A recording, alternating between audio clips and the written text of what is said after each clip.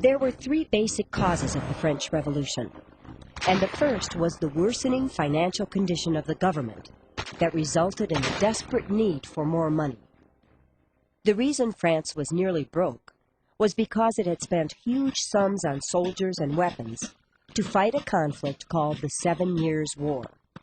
The North American branch of this European war is called the French and Indian War, and it was because of this struggle that France was forced to give up its vast and valuable territory, called New France, to Spain and Great Britain.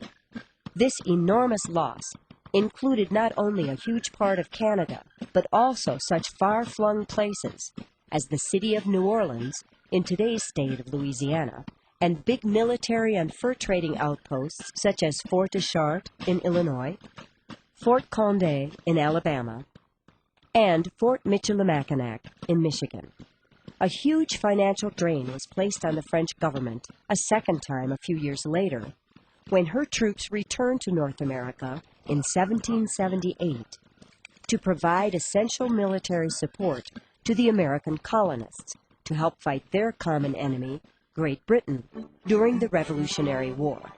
But France's financial crisis did not stem from military expenses alone, because the king, his family, and many other members of the nobility were consuming unbelievable amounts of the country's wealth just to maintain their luxurious lifestyles and enormous palaces.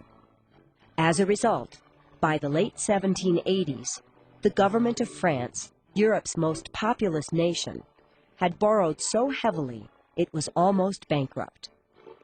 But the king had decided spending could not be cut, and he wanted to increase taxes. This was a big problem due to the fact that for purposes of taxation, the 26 million citizens of France had been legally divided into groups called the Three Estates. The first estate was made up of the non-tax-paying clergy of the Catholic Church, France's largest landowner. The second estate was made up of the nobility, the richest and most powerful citizens, whose birthrights exempted them from paying taxes and gave them many other special rights and privileges as well. The only taxpayers in France belonged to the third estate, made up of everyone who was not a member of the first two estates, including all of France's poorest citizens. And perhaps more than anything else, it was the tremendous unfairness of these tax laws that led to the outbreak of the French Revolution.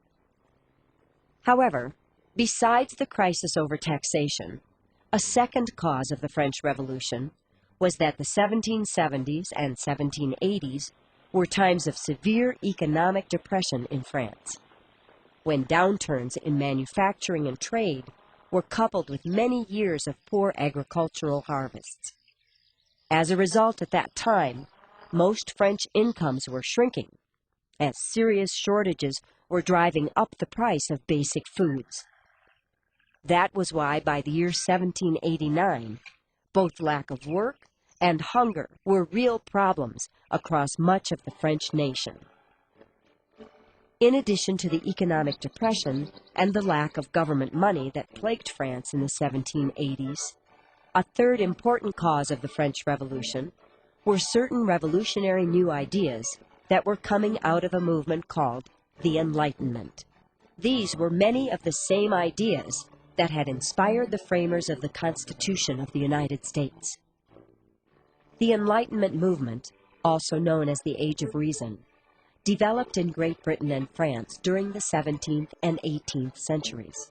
This movement promoted the use of scientific reasoning as the best way to solve problems, as opposed to depending on faith alone. But the Enlightenment idea that inspired the leaders of the French Revolution the most was that ordinary people should be free to elect the leaders of their governments. This was a totally different idea from the commonly held belief in the divine right of kings, the notion that only members of certain families were fit to rule nations because God had specially chosen them to do so.